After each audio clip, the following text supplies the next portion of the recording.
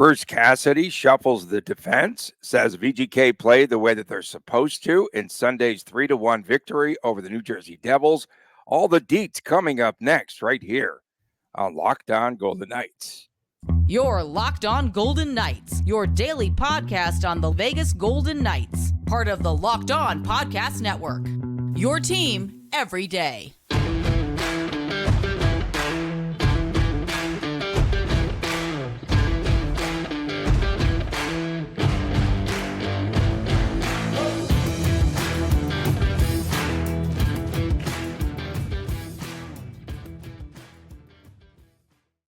Well, hi again, everyone. Tony Cardasco and Chris Golick from Las Vegas. Thanks for making us your first listen each and every day. Find us wherever you get your podcast. And please subscribe to our Locked On Golden Knights YouTube channel. We are brought to you today by FanDuel. Go to FanDuel.com/LockedOn. And right now, new customers get $200 in bonus bets if your first $5 bet wins.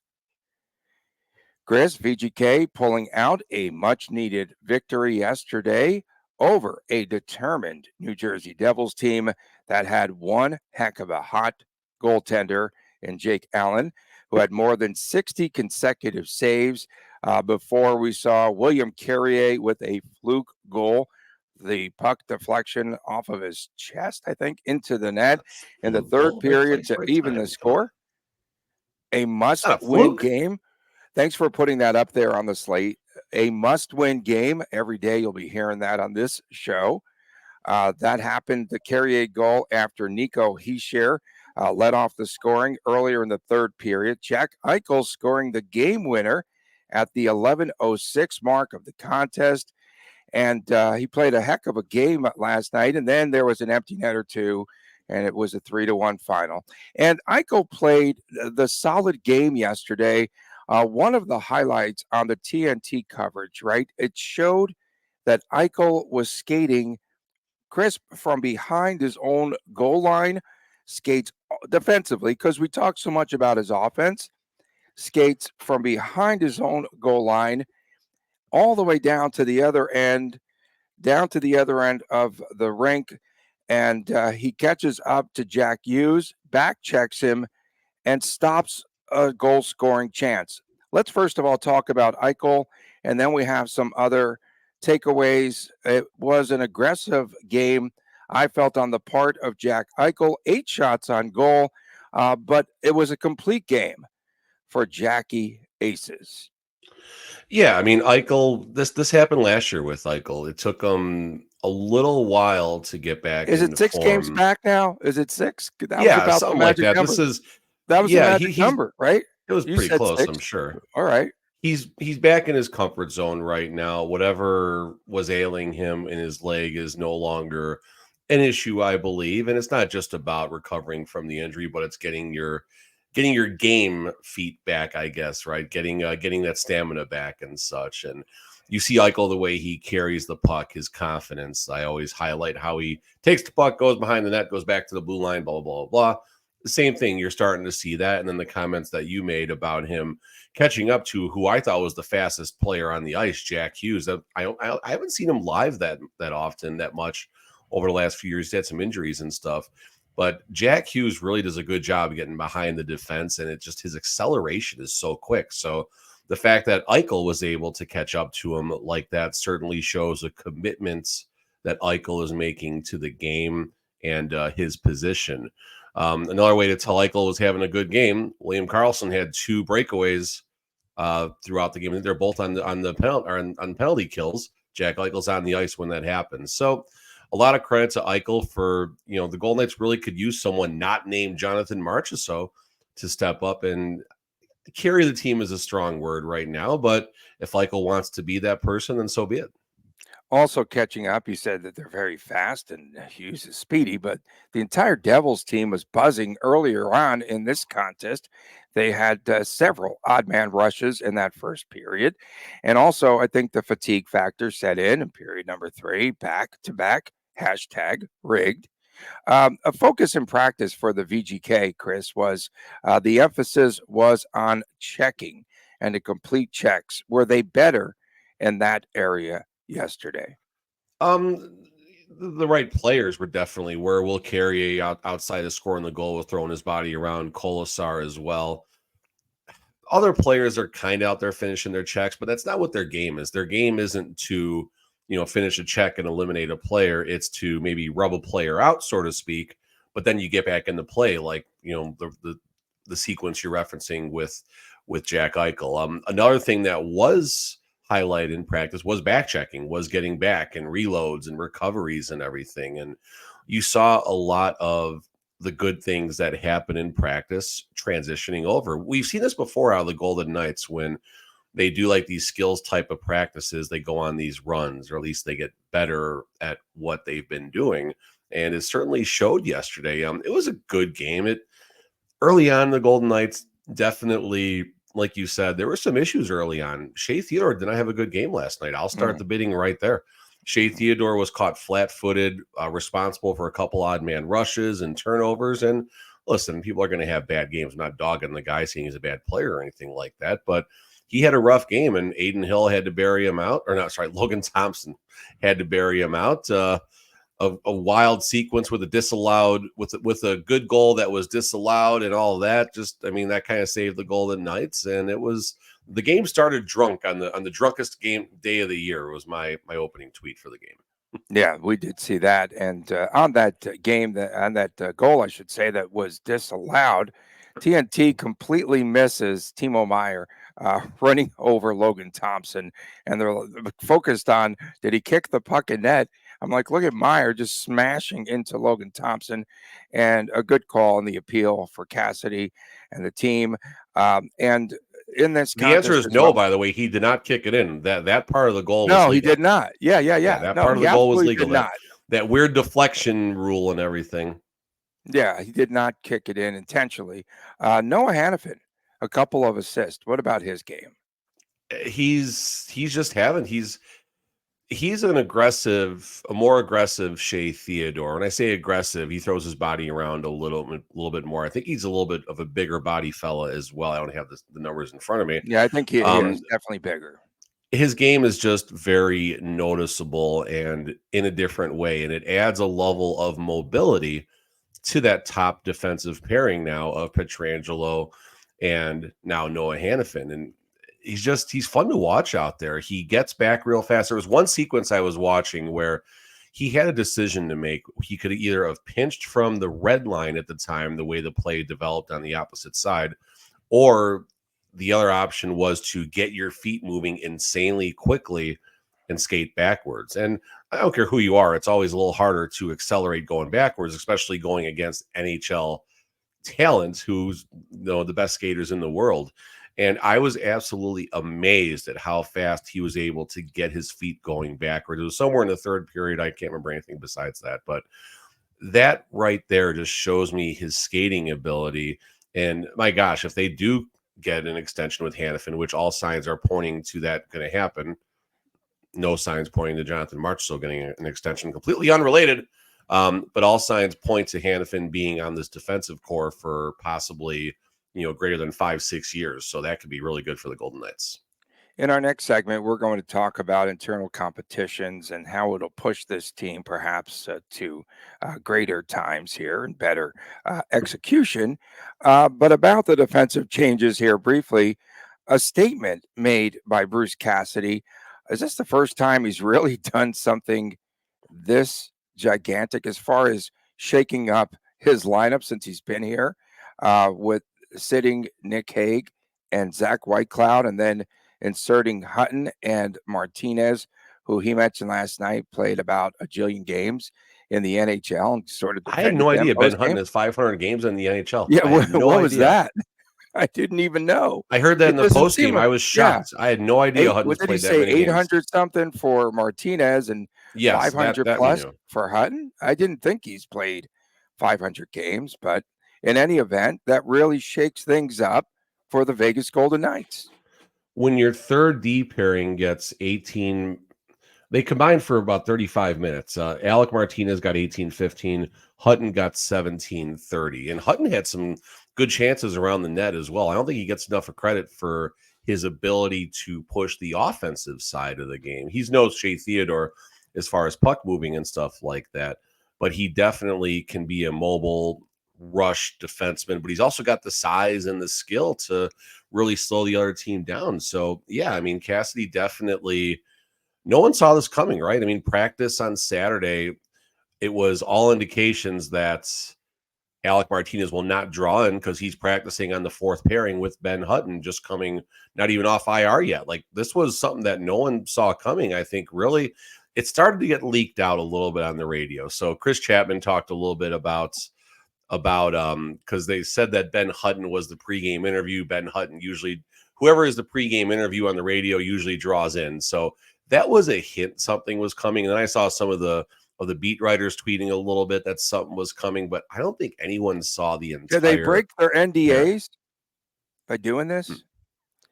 And finally, VGK put a body in front of the net, and that's when Carrier scored that goal. Coming up next, we're going to talk more about Cassidy's lineup changes on Sunday, and will competition help VGK down the stretch? A lot of must-win games ahead. Back with more right after this on Locked On Golden Knights. Say goodbye to busted brackets because FanDuel lets you bet on every single game in the upcoming tournament. The Big East did get jobbed. Whether you are betting on a big upset or a number one seed, it's time to go dancing on America's number one sportsbook. Right now, new customers get $200 in bonus bets if your $5 bet wins. That's right, $200 to see on point specials and money lines, and you can even pick who's going to win it all. UConn. Just visit FanDuel.com/lockedon. That's FanDuel.com/lockedon and bet on college hoops until they cut down the nets. We are back on Locked On Golden Knights. Tony Cardasco and Chris Golick from Las Vegas. We appreciate you making us your first listen each and every day. And as you know, Locked On has launched the first ever national sports 24/7 streaming channel. It's Locked On Sports Today. And baseball fans, you can mark your schedule now because on March the 20th at 7 o'clock Eastern Time, that is 4 Pacific, for the best Major League Baseball season preview coming exclusively on the Locked On Sports Network and Locked On Sports Today. March 20th, check it out. Be the first to get local insight from the Major League Baseball local experts of the Locked On Podcast Network. Find it again on March 20th, 7 o'clock Eastern on the Locked On Sports Today 24/7 streaming channel on YouTube or the free Amazon Fire TV channels app. Chris, you were at the Henderson Parade, and someone gave me a nice little shout out. That's so nice. Really do appreciate it. Yeah. And that was a great Shut up, Tony. Yeah, that was an awesome Wow. That little outfit you had was just, that concept was spot on, bro. How many beers in were you at that point? What's that? Zero. That's awesome. Did it rain at all out there? Fun. Did it rain on Water so Street? My parents actually live really close over there, so we were able to hang out at their place for a little while, and then literally walk right to the parade. And as we're walking down, we were getting drizzled on a little bit. We actually went inside Lifeguard, America First, and kind of hung out there while it drizzled a little bit. And then right as the parade started, it was clear as could be. The sun kind of came out a little bit later. And I mean, full disclosure, we watched about 5 or 6 minutes of the parade, then took the kids to the carnival, let them go crazy. We got them that wristband, and they were hitting all the rides. And not my kids, but like 2 or 3 other kids were puking on random rides and stuff. It was a very carnival experience. But I believe it was Ryan. I'm pretty sure Ryan was the person who dropped the "Shut Up, Tony" to you as we were walking down Water Street. And then I believe it was Officer Mike. I hope I got your name right, but Officer Mike from Metro stopped me and my son yesterday at T-Mobile to say he watched the show. Very appreciative, and appreciative for what Metro and everyone does for our city. Yeah, thanks so much for tuning in and making us your first listen each and every day. There you go. One of our everydayers. Good plug. Not an every other. You got like 3 different keywords in there. That was pretty good, Tony. If this is our review show, we're going to pass everything. It's great. I'm trying to pass. Must-win game yesterday, we have to point out. Oh, yeah, and so Bruce Cassidy had seen enough. Again, I remember us talking about Zach Whitecloud and just not hitting his marks this season, right? Not playing well.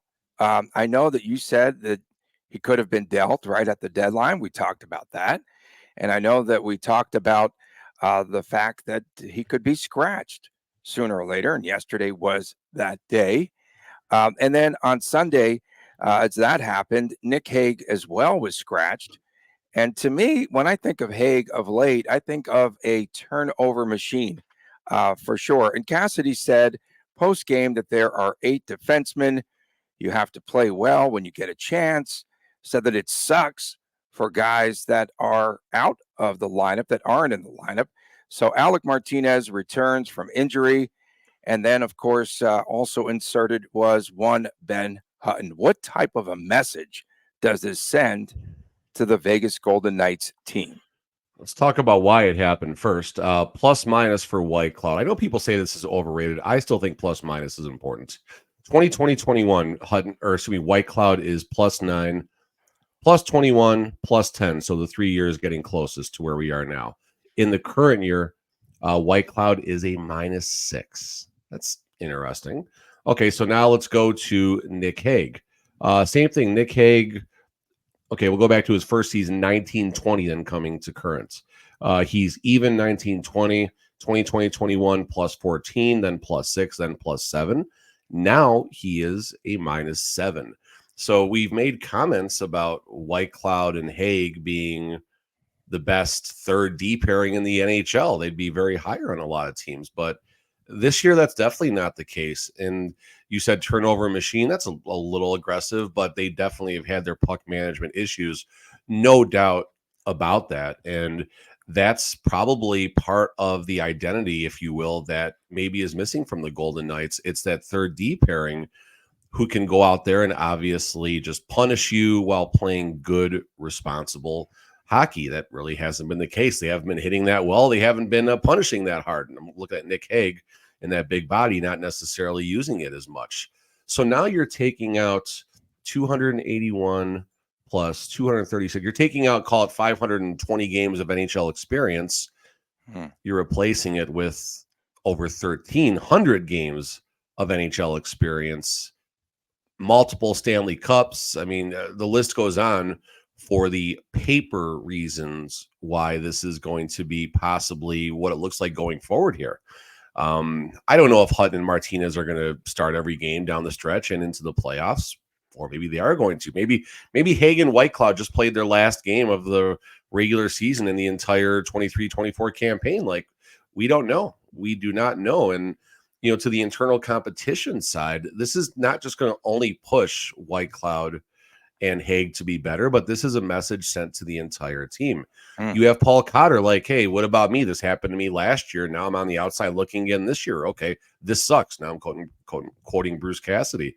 So Pavel Dorofeyev, Brett Howden, William Carrier, and Kolasar, they're all looking over their shoulder like, man, what happens if Cotter gets going, and what happens when and if Mark Stone gets back into the fold? And of course, now we have possibly a goalie competition. I don't think it's a goalie competition, but I think that's what maybe they want us to think, at least right now. I mean, it's what they want Logan to think. Yeah. And William Carrier, his return to the lineup, it forces, of course, Paul Cotter out of the lineup. Dorofeyev was in the lineup too. Let's talk about some of the other internal competitions, if you will. Yeah. So, I mean, Cotter definitely looking to Dorofeyev and Howden are really the two that are going to be kind of looking over their shoulder at Paul Cotter. But Dorofeyev is a much better skill player than Paul Cotter. Now, if they want to go with the heavier option, who's going to battle a little bit harder in the corner and use that body, Paul Cotter is definitely the person. Brett Howden has the ability to kill penalties and the fact that he's a center. I think Paul Cotter is actually listed as a center, but he never plays center. It's weird how that happens. But so Howden will probably be pretty safe in the lineup as long as he's playing good defensively. Now, there's other things that could happen where if Stevenson were to go back into one of the center positions, that could push Howden out of the lineup and get Cotter back into the lineup. Shout out for Stevenson, by the way. I thought he played a remarkable game on the wing on Sunday. I haven't seen him play that strong of a game on the wing since this has happened. Stevenson was all around it yesterday. Yeah, go ahead. No, I was just going to say. I wasn't sure if I had anything else, so I just stopped. No, yeah, I know you ran out of words. It happens here frequently. Just say must win or some other keywords, buzzwords. Colasar, Guilty. Colasar. He is on my milk carton today. Okay, missing in action here. Keegan Colasar. What has he done lately? Please help me here because that was the identity line. Carrier was out. Okay, now they're back a little bit. Whatever. I don't know what his role is, and I feel as though you could be perhaps more effective by switching up at that position. Why is Cassidy so locked in on the fourth line with Keegan Colasar? Help me here, man. That's a question that does get asked by the fans and by a lot of people. Someone asked it every yesterday, so I stole the single question year. actually on our Twitter. Yeah, no, it's fair. I mean, number one, he's healthy. He's played every single game, it looks like, this year, all 64 games. Looking at his game logs, I mean, there's not much here to look There's at. nothing there. There's nothing. Hits, one hit, but then he had 8 hits against the Red Wings. Is he fifth? Is he fifth in the league? I thought they said he's fifth in the league in hits. Could that be? Is that possible? So it could definitely be. Colasar has had a stat over the last couple of years. I don't know where it is this year right now, but he has been, of the players that are in top 10 in the league in hits, he's been around like the top 5 in scoring among those players. So that tells you he does have a physical brand of hockey that does get him on the score sheet. So yeah, I mean, would you rather have him or, I mean, who's a more responsible player, Tony? And I don't know if it's an easy answer. Is it Paul Cotter or Colasar? Oof, toss up, but at least I would say Colasar doesn't. We don't hear about Colasar taking stick fouls and poor penalties too often. Right. I know, but the thing, yes, of course, and that's Cotter and some of his deficiencies there. But with Colasar, I just think I don't know. I'm expecting more out of him. We'll see now as Carrier now fits back into the lineup there on the fourth line. So a question, I want to ask you a question. Do you think there is a legit goalie competition happening right now? And does Logan Thompson have a chance to take the lead as far as the goaltenders go? Do you think he has an honest to God chance? The answer next. What happens with the goalie rotation when we return? Right here. Oh, I totally forgot that was our third segment. Wow. Yeah, dude. That's why I'm jumping into it. When we return, here. No, get me. It's Monday. I'm locked on Golden Knights. Locked on something. Did you know that even if you have a 401k for retirement, you could still have an IRA account? That's right. Robinhood has the only IRA that gives you a 3% boost on every dollar that you contribute when you subscribe to Robinhood Gold. But get this. Now through April the 30th, Robinhood is even boosting every single dollar that you transfer in from other retirement accounts with a 3% match. That's right, no cap on the 3% match. Robinhood Gold gets you the most for your retirement thanks to their IRA account with a 3% match. This offer good through April the 30th. Get started at Robinhood.com/boost. Robinhood.com/boost. Subscription fees apply. And now for some legal information. The claim as of Q1 2024, validated by Radius Global Market Research. We are back on Locked On Golden Knights. Tony Cardasco and the guy that doesn't follow our slate, Chris Golick, must win every day. Thanks for making us your first listen each and every day. Find us, of course, wherever you get your podcast. And please subscribe to the YouTube channel, which is Locked On Golden Knights. My fingers are sore. I opened 560 packs of hockey cards last night. I'm sore. Wow. My hands are sore this morning. I was at an art battle. Shopify had this art battle over at Culture Kings, which if you haven't been there yet, they have a 75-foot wall with every single hat, sporting hat, streetwear on the planet. It's just unbelievable. But fun time there. Shout out to Pretty Dunn and to my good friends. Both are good friends, Pretty Dunn and Jason Hacienda. Good time last night over at Culture Kings. Yeah, for my card people, I want to show this card really fast. Okay, show it. Show and tell day card on yesterday. the big show. This This is is out great for our of. audio. This is great for our audio Oh followers. yeah, Go well, it's a ahead. Connor McDavid Green PMG. It's a really big card out of Upper Deck Metal Universe. But for the audio people, look up How many Connor clams is that McDavid worth? Green. How many If it clams? were to grade a PSA 10, it could hit probably about 5,000 if the condition is really, really, really perfect. Otherwise, in that form, it's at least $1,000 card, maybe Very more, cool. That's maybe neat. more. It was out of a $75 box too, so there you go.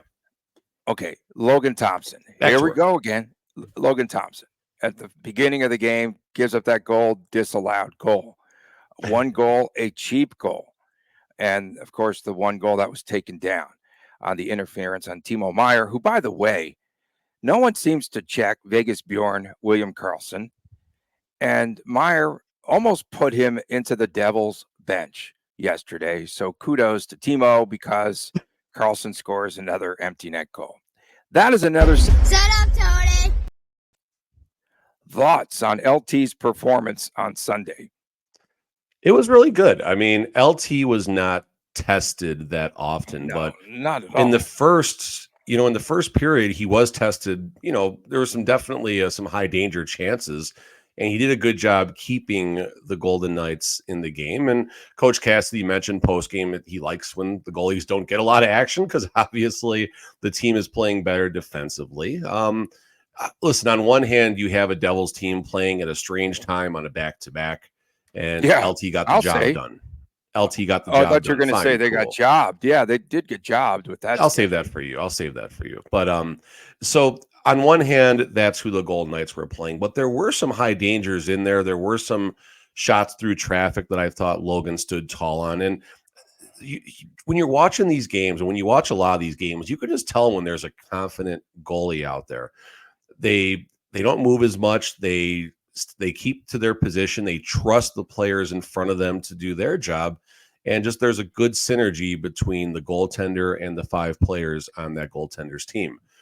Aiden Hill, we haven't seen that as much of as of late. I think he's 3-7 in his last 10 and a 0.8 something, 800 something save percentage, not very good. And Logan's numbers aren't that much better. I think he was in his last 10 starts before yesterday, he was like five of his last 10 starts, he was over that 900 save percentage. So looking ahead right now, looking at the stats, save percentage for Logan is 904, Aiden is 917. Not a very big gap there.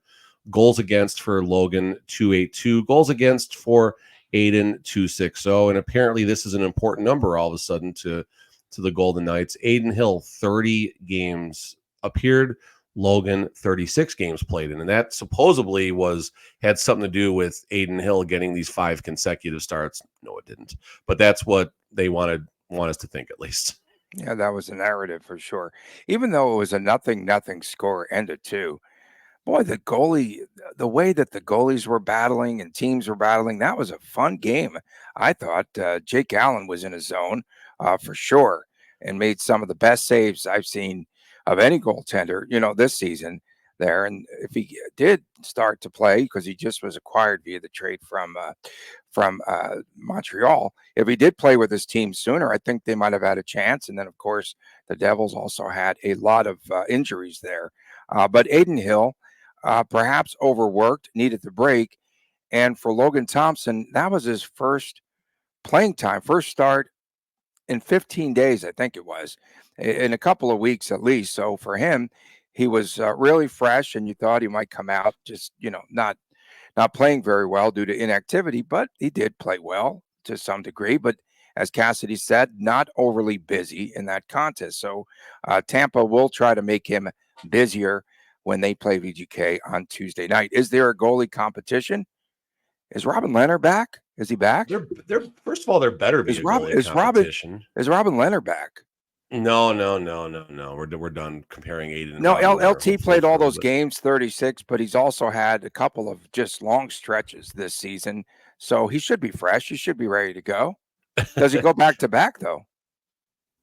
That's the thing. I mean, I really want to think and believe that there's a goalie competition. This isn't about a bias towards one or the other goalie. They're two really good goalies who push each other very, very well. And this is serviceable goalies when the defense plays well. 100%. No, 100%. I felt I'll say this a million times over. I felt Aiden Hill's contract was more about the goalie they're really hoping he's going to end up being instead of the goalie that he is. Yes, he's a Stanley Cup winning goalie. Yes, he AKA did Vegas very Bjorn. well.